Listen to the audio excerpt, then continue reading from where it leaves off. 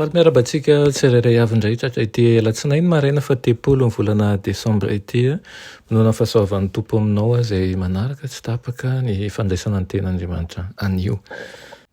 Alohan'ny hidirantsika ny amin'ny mofinaina anio dia hivavakisika.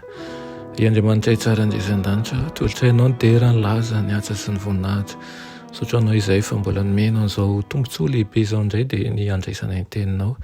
Meteza ianao hanavaonay mandrakariva. Ka mboly zavatsoa eo amin'ny fomba fanaonay ary hanala ny fahazarana ratsy izay fanananay. Anaran'i Jesosy, amen. Raha teny mofinainantsika androany dia manao hoe lova tsy mety simba. Nalaina amin'ny Kolosiana 2:2-10 manao hoe misaotra ny ray izay nampamendrika antsika nananjara amin'ny lovan'ny olona masina eo amin'ny mazava. Amen.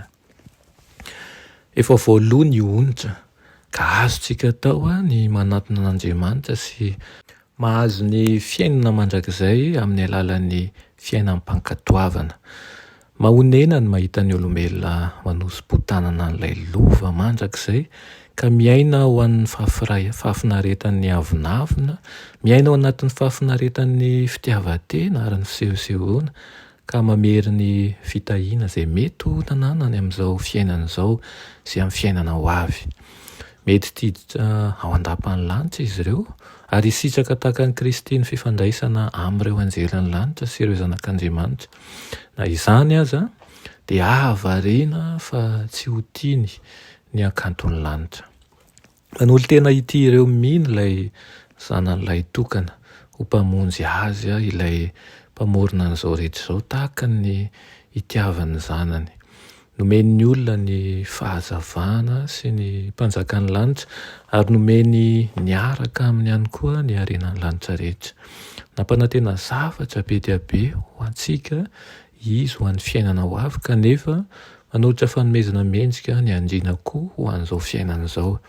Ary noho ny fahasoavany amintsika dia tiany ny faliantsika amin'ny zavatra rehetra izay hanandratra sy hampivelatra ny toetrantsika ary hahatonga an'izany ho mendrika.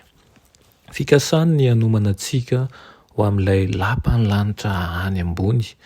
Miady mafy andrombahana ny fanahin'ny olona nefa Satana ataony izay ahitan'izy ireo na dia tompo masy aza ny haja sy ny voninahitra mandrakizay izay homany ho an'ireo olona any an-danitra.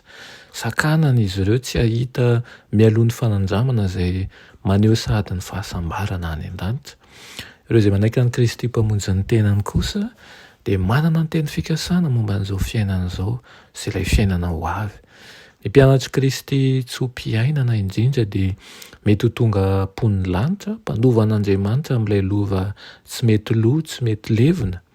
Aoka ny tsirairay hisafidy, aoka ianao anatin'ny hisafidy ilay fanomezan'ny lanitra ka ho tonga mpandova an'Andriamanitra amin'ilay lova izay tsy azon'ny mpanjava hosimbana.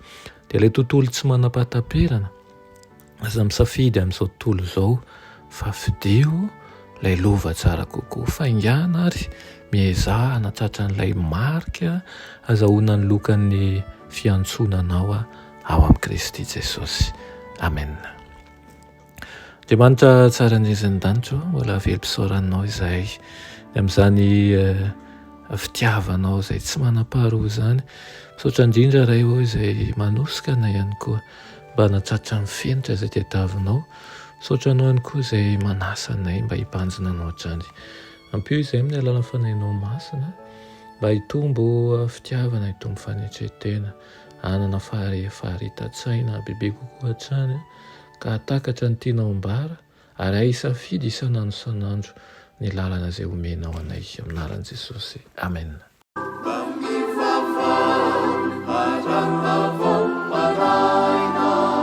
Saru vile,